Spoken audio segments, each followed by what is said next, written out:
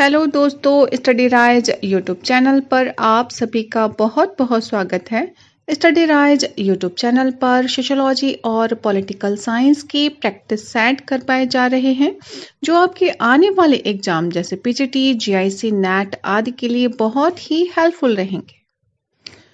तो आज का टॉपिक जिस पे हमने पिछले टॉपिक में बात की थी इमाइल दुर्कहाइम, आज भी हम इमाइल दुर्कहाइम के जो कुछ क्वेश्चंस हैं उन पर बात करते हैं। तो चलिए फिर शुरू करते हैं आज का वीडियो। आज का क्वेश्चन है क्वेश्चन नंबर 17। निम्नलिखित में से किसने जन घनत्व को श्रम विभाजन से संबद्ध बताया है? तो किसने बताया है जन घनत्व को श्रम विभाजन से संबद्ध? हर्बर्ट स्पेंसर ने, एडम स्मिथ ने, या दुर्कहाइम ने, या फिर मैक्स वेबर ने? तो इसका राइट आंसर क्या होगा? जो जन घनत्व है श्रम विभाजन में वो बताया है दुर्कहाइम जी ने। किसने? दुर्कहाइम ने। तो राइट आंसर इसमें सी हो जाएगा। अच्छा, दुर्कहाइम क्या कहता है? दुर्कहाइम का मत था, वो कहते थे कि प्राचीन समाज में, जो हमारा पुरातन समाज था, उसमें श्रम विभाजन यानी स्पष्ट नहीं था, यानी कि मालूम नहीं पड़ता था कि वास्तव में श्रम विभाजन है या नहीं। और समाज कैसा था? सरल समाज था। सामाजिक आवश्यकताएं भी कम थी। जब सरल समाज होता है यानी जो जैसे कि सरल समाज हम उसे कहेंगे जो बहुत ज्यादा ग्रामीण इलाका हो, है ना, तो वहां पे क्या है, मनुष्यों की आवश्यकताएं कम होती हैं। लेकिन शहरी समाज में बहुत सारी अनंत आवश्यकताएं होती हैं लोगों की। ठीक है, तो जो सरल समाज था उसमें क्या था, सामाजिक आवश्यकताएं कम थी। इससे समाज के अंगों के जो अंग थे उनके कार्य भी सीमित थे। ठीक है, जैसे खेती बाड़ी से सब कुछ हमारा पैदा हुआ, उससे ही हमने सारी अपनी जो भी जरूरतें हैं वो हमने पूरी कर ली। अब जैसे जैसे जनसंख्या एवं हमारी आवश्यकताएं बढ़ी, वैसे वैसे क्या हुआ, श्रम विभाजन और एवं विशिष्टीकरण की भी आवश्यकता बढ़ने लगी। यानी जैसे जैसे हमारी आवश्यकताएं बढ़ेंगी तो क्या होगा, श्रम विभाजन होगा, है ना, और उसका विशिष्टीकरण भी होगा। इससे क्या होगा, इससे समाज के अंगों के बीच परस्पर निर्भरता बढ़ने लगी। ठीक है, जैसे कि ऐसे समझो, जैसे डॉक्टर है, ठीक है, वैसे एक डॉक्टर सबका इलाज कर देता है, लेकिन जब हम आज की जो पुराना समाज था वहां पे एक डॉक्टर या हकीम कह लो या फिर वैद्य कह लो, तो वो पूरे एक तरह से एक गांव का या फिर और आसपास के गांव में इलाज करता था। लेकिन आज क्या है, अगर हम आज देखेंगे तो जो डॉक्टर हैं उनकी भी कैटेगरी है। ये कैसा है, ये चाइल्ड स्पेशलिस्ट है, ठीक है, ये कैसे, ये हार्ट स्पेशलिस्ट है, ठीक है, या फिर ये कैसे हैं, ये हमारे बोन स्पेशलिस्ट है। तो ये क्या हो गया, विशिष्टीकरण हो गया। यानी जो डॉक्टर हैं या वैद्य हैं उनमें भी क्या हो गया, विशिष्ट, बहुत ही ज्यादा विशिष्ट लोग, है ना। तो हम लोगों को जैसे जरूरत होती है उसके पास जाते हैं। किसी को साइकोलॉजिकल जरूरत है तो वो साइकोलॉजी वाले डॉक्टर के पास जाएगा, किसी को स्किन वाली प्रॉब्लम है तो वो स्किन वाले के पास जाएगा। ठीक है, तो वहां पे क्या हुआ, डॉक्टर का बहुत ज्यादा विशिष्टीकरण हो गया। ऐसे ही हर एक वर्ग में, ठीक है, क्या हुआ है कि विशिष्टीकरण हो, यानी कि श्रम विभाजन एवं विशिष्टीकरण बढ़ा है। क्यों बढ़ा है, जनसंख्या बढ़ी है और जनसंख्या के साथ साथ हमारी आवश्यकताएं भी बढ़ी है। इससे क्या हुआ है, विशिष्टीकरण हुआ है। तो यही पूछा है इसमें कि किसने जनसंख्या घनत्व को श्रम विभाजन से संबद्ध बताया, यानी किसने संबंधित बताया श्रम विभाजन से संबंधित जनसंख्या घनत्व को। जनसंख्या बढ़ेगी तो किसने बताया, तो राइट आंसर क्या होगा, दुर्कहाइम जी ने बताया। अच्छा, नेक्स्ट है क्वेश्चन नंबर 18। आर्थिक संस्था मानते हुए समाज में श्रम विभाजन की प्रकारों का विश्लेषण किसने किया है? तो किसने किया है, मैक्स वेबर ने, या फिर इमाइल दुर्कहाइम ने, या फिर एडम स्मिथ ने, या कार्ल मार्क्स ने? तो आर्थिक संस्था मानते हुए समाज में श्रम विभाजन के प्रकारों का विश्लेषण किया है किसने, इमाइल दुर्कहाइम जी ने। देखो, जो श्रम विभाजन होता है वो एक प्रकार से क्या होता है, आर्थिक सहयोग होता है। क्या होता है, आर्थिक सहयोग होता है। इसकी उत्पत्ति समाज द्वारा निर्धारित होती है। यानी जब समाज में जरूरत होगी तभी तो वो चीज निर्माण होते हैं। आज भी अगर हमें कोई भी चीज चाहिए, छोटे से छोटी, तो जब आवश्यकता होगी तभी बनाई जाएगी, अदरवाइज तो उसका प्रोडक्शन नहीं होगा। अगर आवश्यकता नहीं होगी तो वो बनाई नहीं जाएगी। तो इसे इमाइल दुर्खिम इसे क्या कहते हैं? सामाजिक तथ्य कहते हैं। क्या कहते हैं? सामाजिक तथ्य कहते हैं। दुर्खिम ने ही आर्थिक संस्था मानते हुए क्या समाज में श्रम विभाजन के प्रकारों का विश्लेषण किया है। दुर्खिम ने क्या माना है कि आर्थिक संस्था माना है उन्होंने, और समाज में श्रम विभाजन के प्रकारों का विश्लेषण किया है। इनके लिए एकता समाज का नैतिक बल है। दुर्खिम क्या कहते हैं कि जो एकता है वो क्या है? समाज का नैतिक बल है तथा यह सहयोग और एक तरह समाज के प्रकारों को समझने के लिए बुनियादी अवयव है, यानी कि एक तरह से बहुत ही जरूरी है। ठीक है। श्रम विभाजन समाज की आवश्यकताओं की पूर्ति करती है। जो भी जितना भी श्रम विभाजन हुआ है आजकल, जितना भी हम देखते हैं वो क्या हुआ है, यानी समाज में आवश्यकताओं की पूर्ति हो रही है उनसे। तो श्रम विभाजन एक ही समय में जहां प्रकृति का नियम है वहीं दूसरी ओर क्या है? वहीं दूसरी ओर मनुष्य समाज का व्यवहार का नैतिक नियम भी है। ठीक है। क्या है? एक तरफ तो श्रम विभाजन है, लेकिन दूसरी ओर जब हम मनुष्य व्यवहार में देखेंगे तो वो क्या है? एक नैतिक नियम भी है। तो क्वेश्चन में क्या पूछा गया था? आर्थिक संस्था मानते हुए समाज में श्रम विभाजन के प्रकारों का विश्लेषण किसने किया है? तो वो कैसे कैसे बताया? ये वो किसने बताया है? दुर्खिम जी ने बताया। तो ऑप्शन बी राइट आंसर होगा। नेक्स्ट है क्वेश्चन नंबर 19। शास्त्रीय समाजशास्त्रियों में से किसने तुलनात्मक विश्लेषण में परिमाणात्मक विधि का उपयोग किया है? अब क्या बताया इसमें? तुलनात्मक विश्लेषण में परिमाणात्मक विधि का प्रयोग किसने किया है? तो कार्ल मार्क्स ने किया है, या मैक्स वेबर ने, या फिर इमाइल दुर्खिम ने, या फिर अगस्त काम्प ने। तो ये किसने किया है? इमाइल दुर्खिम जी ने किया, यानी ऑप्शन नंबर सी इसमें राइट आंसर होगा। अच्छा, इमाइल दुर्खिम जो है वो तुलनात्मक विश्लेषण में परिमाणात्मक विधि का उपयोग करते हैं। इनके अनुसार समाजशास्त्री व्याख्या कारणात्मक संबंधों की खोज में निहित होती है। प्रकृति विज्ञानी इसे प्रयोग के द्वारा प्राप्त करते हैं, परंतु समाजशास्त्र में ऐसा तो संभव है नहीं कि प्रयोग किया जाए, उसे प्राप्त कर लिया जाए। इसलिए दो या दो से अधिक सामाजिक तथ्यों की तुलना से प्राप्त की जा सकती है। यानी एक समाज, हम जब भी हमें तुलना करनी हो, जब भी कोई चीज हमें पता करना हो तो हम क्या करते हैं? तुलना करते हैं। तो वही जो तुलनात्मक विश्लेषण में जो परिमाणात्मक विधि का प्रयोग किया, यानी इसका परिमाण क्या आएगा, तो वो किसने बताया है? तो वो बताया है इमाइल दुर्खिम जी ने। तो ऑप्शन नंबर सी इसमें राइट आंसर होगा। नेक्स्ट है क्वेश्चन नंबर 20। सामूहिक प्रतिनिधान की अवधारणा किसने प्रस्तुत की है? तो ये किसने दी है? कूली ने, फ्राइड ने, मीड ने, या फिर दुर्खिम ने? तो ये किसने दी है? सामूहिक प्रतिनिधान की अवधारणा दुर्खिम जी ने दी है। देखो, समाज द्वारा मान्य उन विचारों, धारणाओं, भावनाओं तथा प्रतीकों को सामूहिक प्रतिनिधान की संख्या दी जाती है जो सामूहिक रूप से क्या समस्त समूह का प्रतिनिधित्व करते हैं। यानी कि सामूहिक प्रतिनिधान क्या है? समाज द्वारा मान्य विचार, धारणाएं, भावनाएं तथा प्रतीकों को सामूहिक प्रतिनिधान कहा जाता है जो सामूहिक रूप से समस्त समूह का प्रतिनिधित्व करते हैं। इन्हें समाज के सदस्य आदर की दृष्टि से देखते हैं। इनका निर्माण सामाजिक अंतःक्रियाओं के दौरान या व्यक्तिगत चेतना के पारस्परिक प्रभावों के फलस्वरूप होता है। यही बाद में सामाजिक प्रतीकों के रूप में विकसित हो जाते हैं। अब इसको एक एग्जाम्पल के रूप में समझ लेते हैं।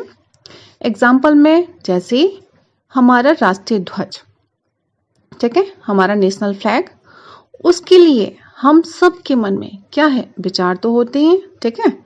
जब भी राष्ट्रीय पर्व आता है तो बहुत सारे यूट्यूब पे या फिर रील्स में या फिर हर जगह आप जहाँ भी जो भी चलाते हैं फेसबुक पे, तो वहाँ पे हर जगह क्या है? राष्ट्र के लिए सम्मान जाहिर किया जाता है।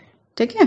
कुछ सॉन्ग्स ऐसे लगाए जाएंगे, ठीक है, जिससे हमारी भावनाएं प्रकट हों, या फिर कुछ ऐसे जो कोई अपमान कर रहा है किसी वीडियो में, तो उसके प्रति कैसा लोग बिहेव करते हैं वो चीज दिखाई जाती है।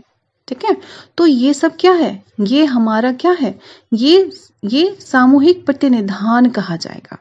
ठीक है, जो राष्ट्रीय ध्वज है तो उससे क्या है, हमारी धारणाएं भी जुड़ी हैं, हमारी भावनाएं भी जुड़ी हैं और हमारे राष्ट्र का प्रतीक भी है, हमारे देश का प्रतीक भी है। भाई झंडा, हम इसका अपमान नहीं कर सकते। अगर कोई झंडे के साथ गलत कर रहा है, कुछ मिसयूज कर रहा है, उसका गलत ढंग से प्रयोग कर रहा है, ठीक है, तो हम उसका वहीं तत्काल क्या करते हैं, विरोध करने लगते हैं। तो ये क्या है, ये हमारा सामूहिक प्रतिनिधान कहा जाएगा एक तरह से। अच्छा, राष्ट्रीय ध्वज जो होता है वो सामूहिक प्रतिनिधान का एक बहुत अच्छा उदाहरण आप कह सकते हो। जो समूह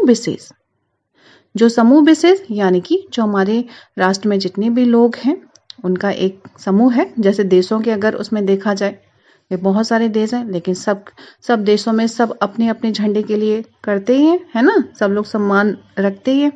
और जो विशेष अर्थात किसी राष्ट्र की भावनाओं का प्रतिनिधित्व करता है, तो जो हमारा राष्ट्रीय ध्वज है वो हमारा प्रतिनिधित्व करता है। तो यही क्या उन्होंने बताया दुर्खिम जी ने, इसी को उन्होंने क्या कहा, सामूहिक प्रतिनिधान कहा। यानी कि कोई भी ऐसे मान्य विचार जो होते हैं जिनमें मान्यता दी जाती है, धारणाएं हमारी होती हैं, भावनाएं जुड़ जाती हैं और प्रतीक बन जाते हैं, उन्हें हम सामूहिक प्रतिनिधान कहते हैं। तो ये दुर्खिम जी ने बताया। अच्छा, नेक्स्ट है क्वेश्चन नंबर 21। निम्नलिखित में से कौन सामूहिक प्रतिनिधान के अध्ययन से संबंधित है? तो ये तो आप लोग समझ ही गए। ठीक है, तो क्या आंसर होगा इसमें, वेबर, दुर्खिम, कॉन्ट या स्पेंसर? तो कौन हो जाएंगे, Emmanuel Durkheim. Option number B right answer होगा। अच्छा, नेक्स्ट है क्वेश्चन नंबर 23। किस विद्वान को समाजशास्त्र में प्रकारवादी परिप्रेक्ष्य की शुरुआत करने का श्रेय दिया जाता है? अब क्या वर्ड आया है, देखो इसमें, समाजशास्त्र में प्रकारवादी परिप्रेक्ष्य की शुरुआत करने का श्रेय, तो वो किसका है, इमानुएल दुर्खिम का है या हर्बर्ट स्पेंसर का है या रैडक्लिफ ब्राउन का या आर के मार्टन का? तो इसमें बच्चे बहुत ज्यादा कंफ्यूजन हो जाता है इसमें, तो आप लोग लर्न करके रखिएगा कि समाजशास्त्र में प्रकारवादी परिप्रेक्ष्य की शुरुआत करने का जिसे श्रेय दिया जाता है वो कौन है, इमानुएल दुर्खिम जी है। कौन है, option number A right answer होगा इसमें। समाजशास्त्र में प्रकार की अवधारणा का जो प्रयोग किया गया था वो ऑगस्ट कॉम्ट ने भी किया था और हर्बर्ट स्पेंसर द्वारा भी किया गया था। ठीक है, लेकिन ऑगस्ट कॉम्ट ने क्या किया था, अगर ऑगस्ट कॉम्ट वाला आप जाके वीडियो देखेंगे तो उन्होंने केवल शब्द दिया है, क्या, प्रकार वर्ड का यूज किया है। और हर्बर्ट स्पेंसर ने उन्होंने भी यूज किया है। उन्होंने किसमें, उन्होंने मानव समाज तथा जैविकी सापेक्ष कार्य प्रणाली के रूप में उन्होंने प्रकार शब्द को रखा था, लेकिन व्यवस्थित एवं वैज्ञानिक अवधारणा के रूप में। ठीक है, जब हम देखें कि व्यवस्थित रूप से कहाँ पे प्रयोग हुआ है, एक वैज्ञानिक धारणा के रूप में कहाँ पे प्रयोग हुआ है, किसने किया है, तो वो श्रेय किसे जाता है, इमानुएल दुर्खिम जी को जाता है। दुर्खिम ने सावयविक सादृश्यता का सहारा लेते हुए इस अवधारणा का प्रयोग स्पेंसर से कैसे भिन्न रूप में किया है। जैसा स्पेंसर ने किया वैसा प्रयोग नहीं किया, लेकिन हाँ उनसे लिया जरूर है। ठीक है, तो इसका राइट आंसर क्या होगा, श्रेय की बात आ जाती है तो वहां पे आपको इमानुएल दुर्खिम सही करना है। नेक्स्ट है क्वेश्चन नंबर 24। किसने लिखा है कि समाज स्वतः स्फूर्त है? ये बहुत पूछा जाता है, स्वतः स्फूर्त एक वर्ड आता है कि समाज स्वतः स्फूर्त है, तो ये किसका है, आर ब्राउन का है, इमानुएल दुर्खिम का, सेंट साइमन का, ऑगस्ट कॉम्ट का है। तो ये किसका है वर्ड, यानी कि समाज स्वतः स्फूर्त है, ये किसने कहा, इमानुएल दुर्खिम जी ने कहा है। किसने, इमानुएल दुर्खिम जी ने। ऑप्शन नंबर 20 में राइट आंसर होगा। देखो, दुर्खिम ने सामाजिक तथ्यों की विशिष्टता के लिए क्या, सुई जेनरी अर्थात कहीं इंग्लिश भी होती है, अगर लिखा होगा सुई जेनरी, ठीक है, अगर स्वतः स्फूर्त नहीं दिया, केवल हिंदी में लिख दिया सुई जेनरी और उसमें भी वही सुई जेनरी लिखा हो, तो वो गलत मत कर देना। उसमें क्या आंसर होगा, वो भी किसने किया है, ये वाला शब्द जो है वो किसने दिया है, वो दिया है दुर्खिम जी ने। सुई जेनरी अर्थात स्वतः स्फूर्त शब्द का प्रयोग किया है। इसका अभिप्राय है कि सामाजिक तथ्य अपने नितांत स्वतंत्र स्वरूप में विद्यमान रहते हैं। जो सामाजिक तथ्य हैं जिन पर दुर्खैम जी ने बहुत ज्यादा काम किया है, वो कैसे विद्यमान होते हैं समाज में? स्वतंत्र रूप से, एकदम से, ठीक है, स्वतंत्र रूप से विद्यमान रहते हैं। यह सामाजिक तथ्य समाज शास्त्र के अध्ययन की विषय वस्तु होते हैं। ठीक है, तो इसका राइट आंसर क्या होगा? किसने कहा है कि समाज स्वतः स्फूर्त है? तो वो कहा है इमानुएल दुर्खैम ने।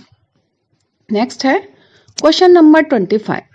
दुर्खैम के अनुसार निम्नलिखित में से कौन सी एक विशिष्ट विशेषता सामान्य चेतना की नहीं है? अब इसमें देखो वर्ड आया है नहीं है, तो ध्यान देना है इस पे। ये बहुत आता है ये वाला क्वेश्चन, तो ये भी आप लोग अच्छे से तैयार करके रखिएगा। ऑप्शन देखते हैं। ऑप्शन में है घनत्व, आयतन, तीव्रता, निर्धारण। तो क्या है क्वेश्चन? दुर्खैम के अनुसार निम्नलिखित में से कौन सी एक विशिष्ट विशेषता सामान्य चेतना की नहीं है? अच्छा, सामान्य चेतना की नहीं है वो हमें बताना है। तो देखो इसमें दुर्खैम के अनुसार आयतन जो होता है और तीव्रता और निर्धारण, ये तीनों होगी सामान्य चेतना की विशिष्ट विशेषताएं। यही पूछा, सामान्य चेतना की विशिष्ट विशेषताएं तीनों होगी। अब पूछा नहीं है, तो कौन सी नहीं है? घनत्व तो नहीं है। ठीक है, घनत्व किसकी विशेषता है? घनत्व विशेषता है सामूहिक चेतना की। किसकी? सामूहिक चेतना की, कलेक्टिव कॉन्शियसनेस की है। घनत्व किसकी विशेषता है? सामूहिक चेतना की विशेषता है। ठीक है, तो इसका राइट आंसर क्या होगा? ऑप्शन नंबर ए, घनत्व राइट आंसर होगा। अब नेक्स्ट देखते हैं क्वेश्चन नंबर 26। दुर्खैम ने किस जनजाति का विस्तृत अध्ययन कर टोटमवाद की अवधारणा को विकसित किया? तो किसने किया है? तो कौन सी जनजाति है? अरुणता है या भील है, हो है या खासी है? तो जो दुर्खैम जी हैं, तो उन्होंने पहली बात, तो ये क्वेश्चन बहुत आता है कि कौन कहाँ की जनजाति और कौन सी जनजाति। तो दुर्खैम ने ऑस्ट्रेलिया की अरुणता जनजाति, कौन सी है? ऑस्ट्रेलिया की अरुणता, ये इतना पूरा लर्न करके रखिएगा। ऑस्ट्रेलिया की अरुणता जनजाति का विस्तृत अध्ययन किया है। ठीक है, विस्तृत अध्ययन किया और क्या किया? इसके साथ ही उन्होंने टोटमवाद की अवधारणा को विकसित किया। कहाँ से? अरुणता जनजाति से। उनके अनुसार टोटमवाद जो है वो धर्म का अति प्राचीन रूप है। तो किम क्या कहते हैं कि जो टोटमवाद है, टोटमिज्म है, वो क्या है? जो धर्म है हमारा, उसका अति प्राचीन, बहुत ज्यादा प्राचीन रूप है। ठीक है, तो राइट आंसर क्या होगा? ऑप्शन नंबर ए, अरुणता जनजाति। अब नेक्स्ट है क्वेश्चन नंबर 27। निम्नलिखित में से किसने ऑस्ट्रेलिया की अरुणता जनजाति का अध्ययन किया? तो किसने किया है? आपको पता ही है, क्वेश्चन रिपीट हो गया है। मैक्स वेबर ने, बी मैलिनोवस्की ने, या फिर इमानुएल दुर्खैम ने, या फिर जेम्स फ्रेजर ने? तो राइट आंसर क्या होगा? ऑप्शन नंबर सी, इमानुएल दुर्खैम जी ने ऑस्ट्रेलिया की अरुणता जनजाति का अध्ययन किया है। अब नेक्स्ट है क्वेश्चन नंबर 28। दुर्खैम के अनुसार सबसे प्रमुख आदिम धर्म का प्रकार है। तो क्या? तो कौन सा प्रकार है? आत्मावाद, प्रकृतिवाद, टोटमवाद या मानववाद? तो सबसे प्रमुख आदिम धर्म का प्रकार माना है दुर्खैम जी ने, तो वो कौन सा माना है? टोटमवाद। टोटमिज्म को उन्होंने क्या माना है? आदिम धर्म का एक प्रकार माना है। Option number C right answer होगा। नेक्स्ट है क्वेश्चन नंबर 29। इमानुएल दुर्खैम ने समाजशास्त्र की प्रकृति के विषय में क्या विचार दिया है? तो क्या विचार दिया है उन्होंने? कैसे कलात्मक है, या फिर दार्शनिक है, या फिर वैज्ञानिक है, या फिर साहित्यिक है? तो इमानुएल दुर्खैम ने समाजशास्त्र की प्रकृति कैसी बताई है? तो उन्होंने कैसी बताई प्रकृति? वैज्ञानिक प्रकृति बताई है। इमानुएल दुर्खैम ने क्या बताया है कि जो समाजशास्त्र, उसकी प्रकृति कैसी है? वैज्ञानिक है। देखो, समाज की वैज्ञानिक समझ जिसे दुर्खैम विकसित करना चाहते थे, वह नैतिक तथ्यों की मान्यता पर आधारित थी। उन्होंने लिखा कि नैतिक तथ्य अन्य तथ्यों की तरह ही घटित होते हैं। ये क्रिया के नियमों से बने होते हैं जो विशेष गुणों द्वारा पहचाने जाते हैं। उनका अवलोकन भी हो सकता है, वर्णन भी हो सकता है, वर्गीकरण भी हो सकता है। ठीक है, और भी विशेष कानूनों के द्वारा समझाई भी जा सकती है। तो दुर्खिम के अनुसार क्या उन्होंने क्या माना है, जो समाजशास्त्र है, जो समाजशास्त्र की प्रकृति है, उसे वैज्ञानिक प्रकृति का माना है। ठीक है, विज्ञान में क्या होता है, क्लासिफिकेशन होता है, वर्गीकरण, ये सब सारी चीजें आती है, अवलोकन होता है, वर्णन होता है, वर्गीकरण क्या आता है, और ऐसा ही इसमें उन्होंने माना है। दुर्खिम के अनुसार क्या है कि नैतिक संहिताओं से सामाजिक परिस्थितियों की व्युत्पत्ति हो सकती है। इसने समाजशास्त्र को प्राकृतिक विज्ञान के समान बना दिया है तथा उनकी यह बृहद उद्देश्य समाजशास्त्र को एक वैज्ञानिक संकाय के रूप में स्थापित करने के बहुत निकट थे। ठीक है, उन्होंने यानी दुर्खिम ने समाजशास्त्र को एक बिल्कुल विज्ञान के रूप में ही बना दिया है। नेक्स्ट है क्वेश्चन नंबर 30। दुर्खिम के अनुसार मानव अभिकरण किसके द्वारा निरुद्ध होता है? क्या कहते हैं दुर्खिम कि मानव अभिकरण जो है वो किसके द्वारा निरुद्ध होता है? तो राजनीतिक प्रक्रिया के द्वारा, या फिर सामाजिक संरचना के द्वारा, या फिर आर्थिक संसाधन के द्वारा, या फिर दूसरी कर्ताओं के अभिकरण के द्वारा। तो दुर्खिम इसमें राइट आंसर क्या होगा कि दुर्खिम के अनुसार मानव अभिकरण किसके द्वारा निरुद्ध होता है? तो वो होता है सामाजिक संरचनाओं के द्वारा। किसके द्वारा? सामाजिक संरचनाओं के द्वारा। दुर्खिम के अनुसार मानव अभिकरण सामाजिक संरचना के द्वारा निरुद्ध होता है। दुर्खिम को आधुनिक समाजशास्त्र का संस्थापक और समाज वैज्ञानिक शब्दावली की दुनिया में पहला आधिकारिक समाजशास्त्री भी माना जाता है। तो इसका राइट आंसर क्या होगा? ऑप्शन नंबर बी, सामाजिक संरचना।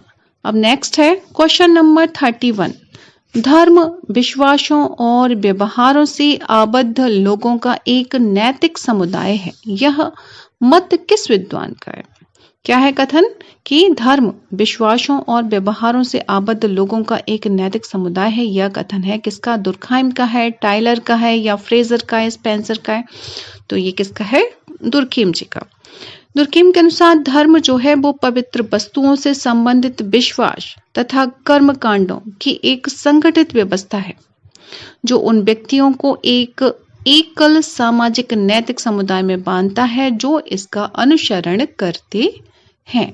तो धर्म, विश्वासों और व्यवहारों से आबद्ध लोगों का एक नैतिक समुदाय है, यह कहा है किसने? ऑप्शन नंबर ए, दुर्खिम जी ने। तो फ्रेंड्स आज के लिए बस इतना ही। यदि वीडियो पसंद आती है तो लाइक, शेयर, कमेंट करना ना भूलें, और जो भी चैनल को फर्स्ट टाइम विजिट कर रहे हैं वो चैनल को अवश्य ही सब्सक्राइब करें। Thanks for watching my video.